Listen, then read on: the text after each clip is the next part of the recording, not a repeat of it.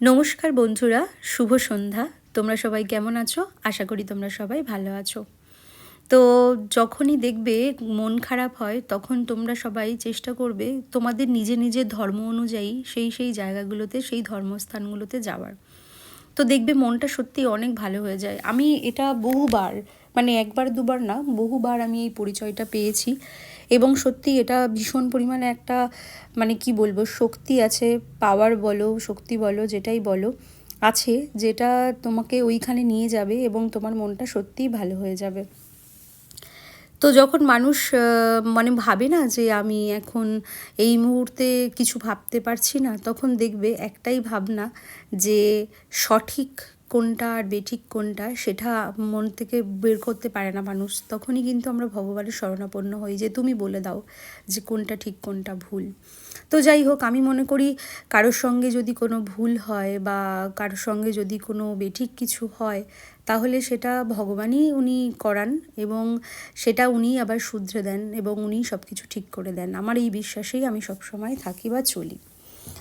তো আজকে এই মন্দিরে আগেও বহুবার গেছি, কিন্তু আমি কোনোদিন তোমাদের সামনে ভিডিও করে তুলে ধরিনি। আজকে কেন জানি না আমার মনে হলো তোমাদেরও একটু সঙ্গে রাখি, তোমরাও একটু সঙ্গে থাকো, কেমন লাগছে দেখো। তো এই যে রাস্তাটা দেখতে পাচ্ছ, এই যে এইখানে দেখা যাচ্ছে, এখান দিয়ে কিন্তু নিচে চলে যেতে হয়। আমি নিচে, যেহেতু ওখানে অন্নভোগ তৈরি হয়, আমি ওই জন্য ওটা ভিডিও করিনি, কারণ বুঝতেই পারছো যেখানে ভগবানের ভোগ তৈরি হয় সেই জায়গাটা আমি কোনো পারমিশন ছাড়া ভিডিও করব, সেটা তো ভালো দেখাবে না।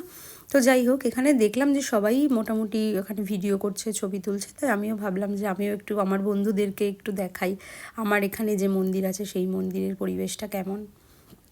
তো এখানে এখানে তুলসী মন্দির আছে, এখানে আরাধনা হচ্ছে। দেখো খুব সুন্দর করে এখানে আরাধনা হয়, প্রতিদিনই হয়। এই যে দামোদর মাস, এই মাসটা পুরোটা জুড়েই কিন্তু হয়।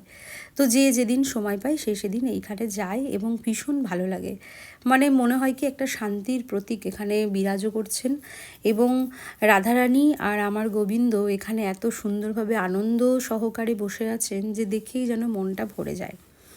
তো একটা কথা কি সত্যি জানো তো, যে আমরা যখন কোনো মানুষের কাছ থেকে বা কোনো নিজের বা পরিবারের বা যে কোনো কারো কাছ থেকে আমরা যখন আঘাত পাই বা অবহেলা পাই বা কোনো রকম কোনো কি বলবো, মানে নিজেদের অপমানিত বোধ হয়, তখন মনে হয় যে সত্যি আমাদের মানে একটা তো জায়গা আছে যেখানে আমরা ভালো থাকতে পারি, যেখানে আমরা অপমানিত বোধ করতে পারি না, সেখানেই আমরা থাকবো, সেখানেই আমরা চলে যাব, এরকমই মনে হয়। আমার তো ভীষণভাবে মনে হয়।